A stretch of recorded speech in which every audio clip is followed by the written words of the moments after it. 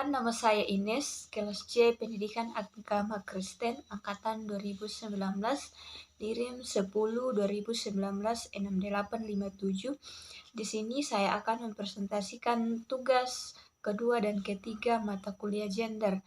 Tugas yang kedua tentang bagaimana cara Allah menciptakan manusia, dan yang kedua apa yang dimaksud dalam 1 Korintus 11 ayat 8 sampai 9 dan 1 Timotius 2 ayat 13 sampai 14. Yang pertama, cara Allah menciptakan manusia, yaitu manusia diciptakan dari debu tanah menurut gambar dan rupa Allah dalam Kejadian pasal 1 ayat 26. Kemudian Allah mengambil sedikit tanah lalu menghembuskan napasnya dan memberi lubang kepada lubang hidungnya dan disebut manusia. Dan manusia itu kemudian diberi nama Adam. Lalu Tuhan berkata, tidak baik kalau manusia seorang diri saja, aku akan mengadakan penolong yang sepadan dengan dia.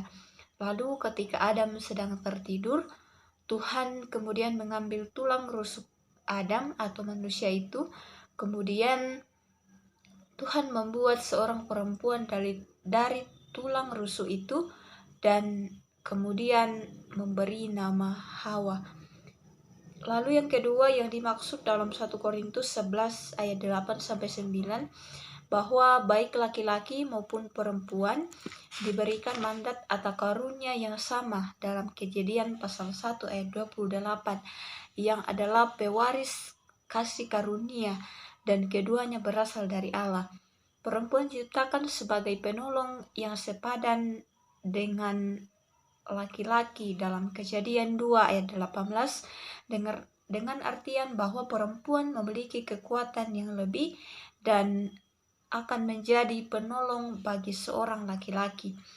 Kemudian dalam 1 Timotius 2 ayat 13 sampai 14 dapat disimpulkan bahwa hal tersebut didasarkan pada akibat yang merusak apabila laki-laki dan perempuan mengabaikan peranan yang diberikan Allah kepada mereka dalam Taman Eden pada saat itu. Hawa yang bertindak terlepas dari Adam dengan mengabaikan tanggung jawabnya sebagai pemimpin di bawah Allah menyetujui ketidaktaatan Hawa. Sebagai akibatnya dia jatuh juga dan membawa dosa dan kematian atas seluruh dosa manusia. Jadi asal mula dosa adalah berasal dari manusia pertama, yaitu dari Hawa kemudian Adam. Dapat dibaca dalam Kejadian 3 ayat 6 dan Roma 5 ayat 12. Kemudian tugas yang ketiga tentang mengapa manusia jatuh ke dalam dosa, apa akibat dari keberdosaan manusia, dan bagaimana cara Tuhan kepada manusia yang sudah berdosa. Dan tentang penebusan oleh Yesus Kristus. Apakah penebusan Yesus Kristus bersifat universal, dan bagaimana cara Allah memulihkan hubungan antar manusia? Yang pertama, manusia jatuh ke dalam dosa karena keinginannya yang ingin sama seperti Allah. Mereka memakan buah larangan yang berasal dari pohon pengetahuan yang baik dan yang buruk karena tergoda oleh tawaran dari si iblis atau ular tersebut.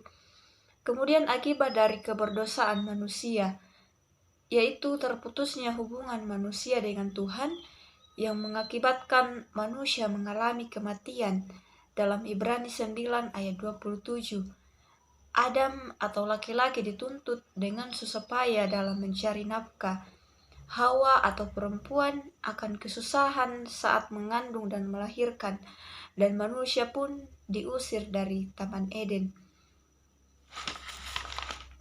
Kemudian cara Tuhan kepada manusia yang sudah berdosa, yaitu dengan cara mengutus anaknya atau putra tunggalnya, yaitu Yesus Kristus, ke dalam dunia yang menjelma sebagai manusia, rela menderita untuk menanggung segala dosa manusia, supaya manusia bebas dari kutuk dosa dan dapat memperoleh keselamatan. Dan tentang penebusan oleh Yesus Kristus. Penebusan oleh Yesus Kristus bersifat universal, dapat diartikan bahwa keselamatan untuk seluruh bangsa yang ada di dunia ini.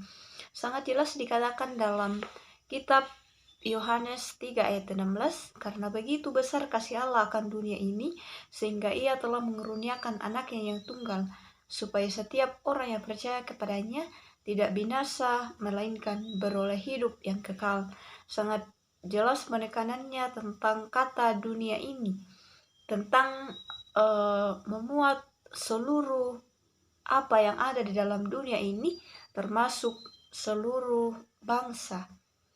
Dan kemudian cara Allah memulihkan hubungan antara Allah dengan manusia atau hubungannya dengan manusia, yaitu melalui karya dan pengorbanan Yesus Kristus yang harus disyukuri sebagai umat Tuhan.